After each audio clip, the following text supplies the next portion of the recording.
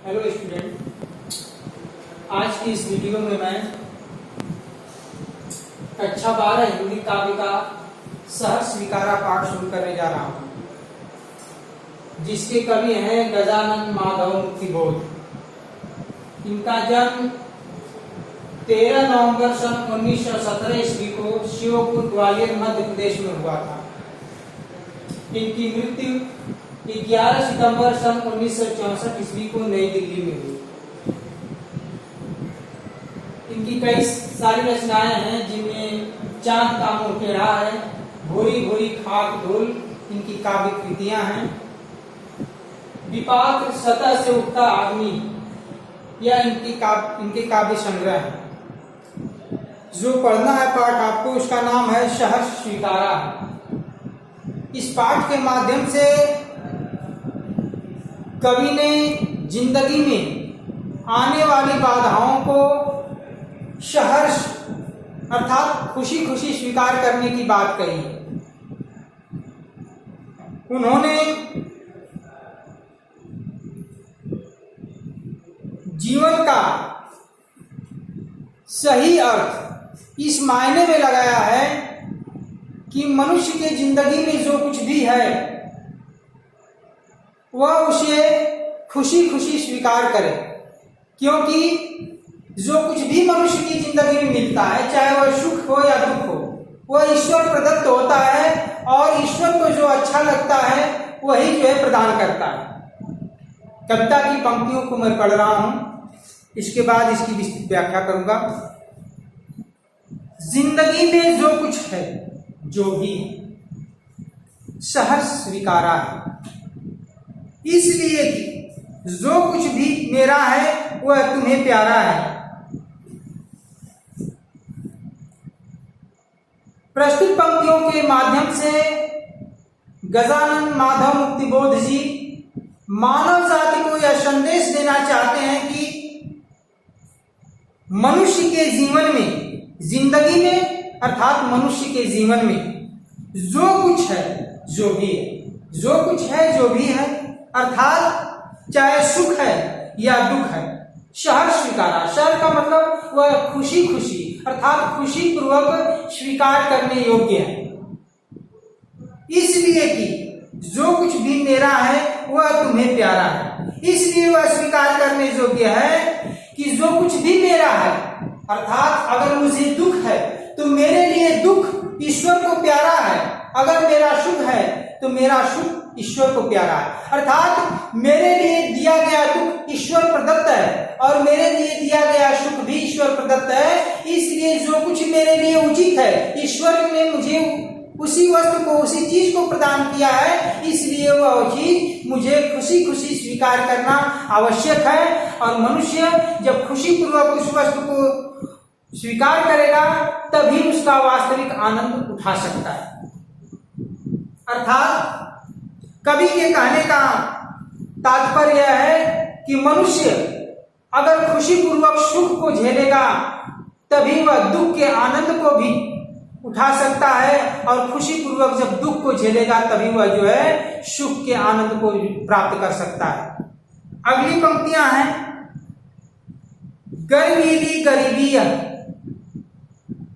ये गंभीर अनुभव शब्द, यह विचार वैभव शब्द दृढ़ता है, भीतर की सरिता यह अभिनव शब्द मौलिक है, मौलिक है।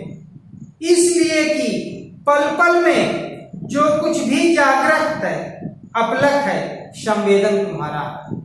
प्रस्तुत पंक्तियों के माध्यम से कवि यह बताना चाहता है कि मनुष्य को ईश्वर द्वारा प्रदत्त मिली गरीबी भी गर्व के साथ स्वीकार करने योग्य है, क्योंकि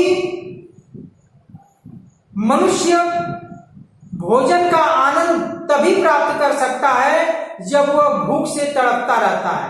बिना भूख का वह भोजन का आनंद नहीं प्राप्त कर सकता। उसी तरह से अगर मनुष्य गरीबी को झेला है तभी वह अमीरी के आनंद को भी प्राप्त कर सकता है, क्योंकि वह गरीबी का एहसास करके ही अमीरी के आनंद को प्राप्त करता है। कहता है कि गर्व मिली गरीबी है, अर्थात मनुष्य के लिए गरीबी भी गर्व के साथ जीने योग्य होती है। अर्थात मनुष्य को गरीबी में भी गर्व के साथ जीना चाहिए, अर्थात गरीबी को भी गर्व के साथ स्वीकार करना चाहिए। ये गंभीर अनुभव शब्द कभी कहता है कि मेरा आत्म अनुभव, मेरा गंभीर अनुभव है, मैं अपने अनुभव को आप तक पहुंचाने का प्रयास कर रहा हूं कि गरीबी भी गर्व के साथ जीने योग्य होती है। यह विचार वैभव शब्द, यह विचार यह कवि का स्वयं का विचार है। वैभव शब्द अर्थात यह कवि के संपदा है, धन है, दौलत है, अर्थात कवि द्वारा दी गई यह सीख जो है, कवि के एक वैभव के रूप में यह सीख दी जा रही है कि मनुष्य को गरीबी भी गर्व के साथ स्वीकार करनी चाहिए, क्योंकि कवि ने अपने विचार को इसलिए प्रकट किया है कि गरीबी को उन्होंने झेला है, उसके आनंद को प्राप्त किया है, और इसके बाद जो गरीबी के बाद का सुख प्राप्त अमीरी में किया है, उसका आनंद ही उसके लिए कुछ और था। दृढ़ता है, दृढ़ताय भीतर की सरिताय अभिनय।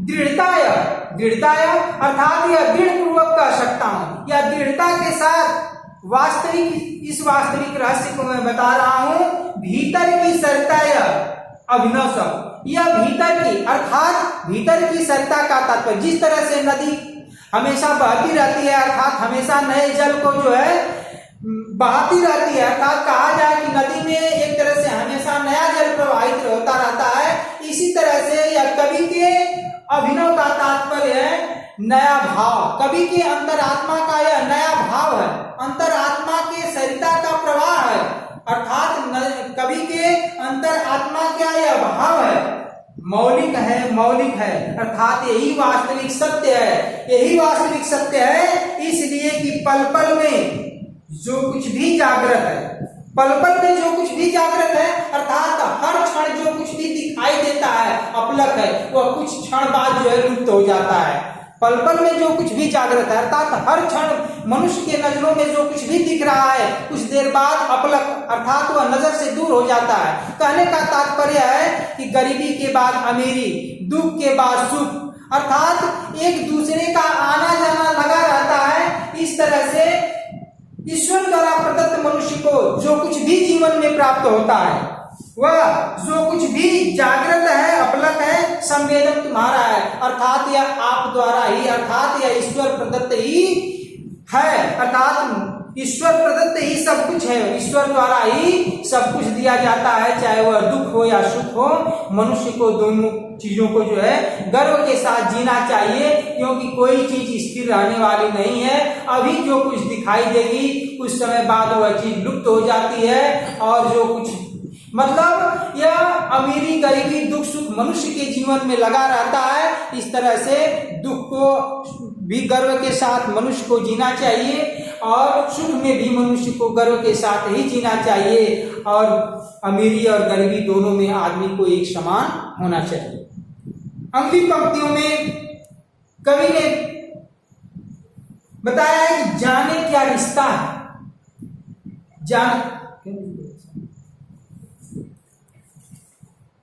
है जाने क्या नाता है, जितना भी उड़ेलता हूं भर भर फिर आता है,